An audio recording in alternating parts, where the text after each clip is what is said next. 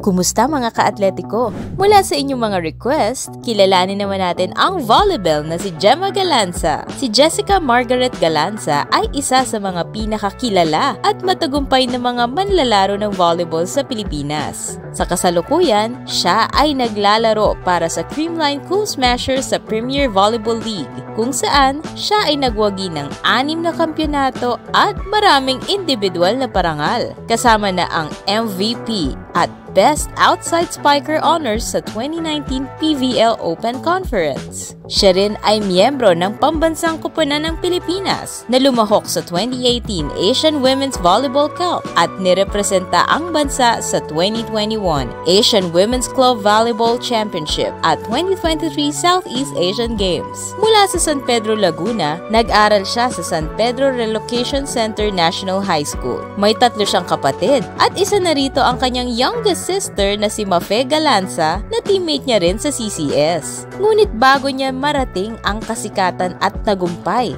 kinailangan ni Gemma na daanan ang maraming pagsubok at hirap sa kanyang pag-angat sa volleyball. Nakaka-inspire nga si Gemma kasi nagsimula siya bilang bench warmer sa kanyang collegiate career sa Adamson University, kung saan siya ay naglaro para sa Lady Falcons sa UAAP. Naging isa rin siyang reserve player sa beach volleyball tournament, kung saan siya ay nagtagumpay kasama ang mga Adamson Stars na sina Bang Pineda at Amanda Villanueva para sa kampyonato noong season 76.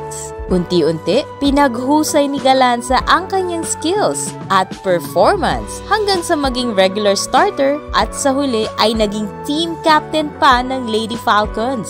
Siya ang nanguna sa squad patungo sa 5th place finish noong season 80. Dahil sa ambag niya sa team, nagkaroon ng malaking improvement ang Adamson matapos na maging lowest sa standings noong mga nakaraang season. Siya rin ay naging isa sa mga nangungunang scorer at spiker sa liga, kaya't kanyang nakuha ang respeto at paghanga ng kanyang mga coach, teammates, and fans. Pagkatapos ng kanyang stint sa Adamson, sumali si Gemma sa Creamline Cool Smashers sa PVL, kung saan sa simula ay nag-backup player siya para sa mga stars na sina Eliza Valdez at Gia Morado. Pero hindi ibig sabihin nito na magiging kontento siya sa maliit na papel, kaya't nagtrabaho siyang mabuti upang patunayan ang kanyang sarili at makuha ang rightful spot sa starting lineup. Siya ay naging isa sa pangunahing armas ng koponan. Ipinakita ang kanyang versatility, lakas, at pagiging consistent sa bawat laro. Ang pagsusumikap ni Galanza ay nagbunga at kinilala siya bilang second best outside spiker sa 2018 PVL Open Conference, kung saan tumulong siya sa Cool Smashers na makuha ang kanilang unang kampyonato.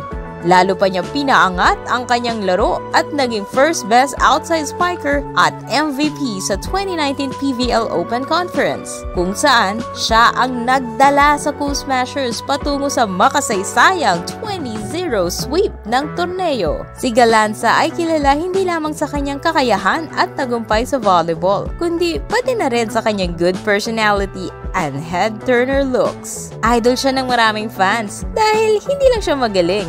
Deadly combo rin na meron siyang pretty face and cute smile na nag-viral nga noong 2018 sa social media. Isa rin siya sa may pinakamaraming followers sa Kumu, isang live streaming app, kung saan siya ay humakot ng 85,000 followers sa loob lamang ng 1 buwan mula nang sumali siya noong September 2021.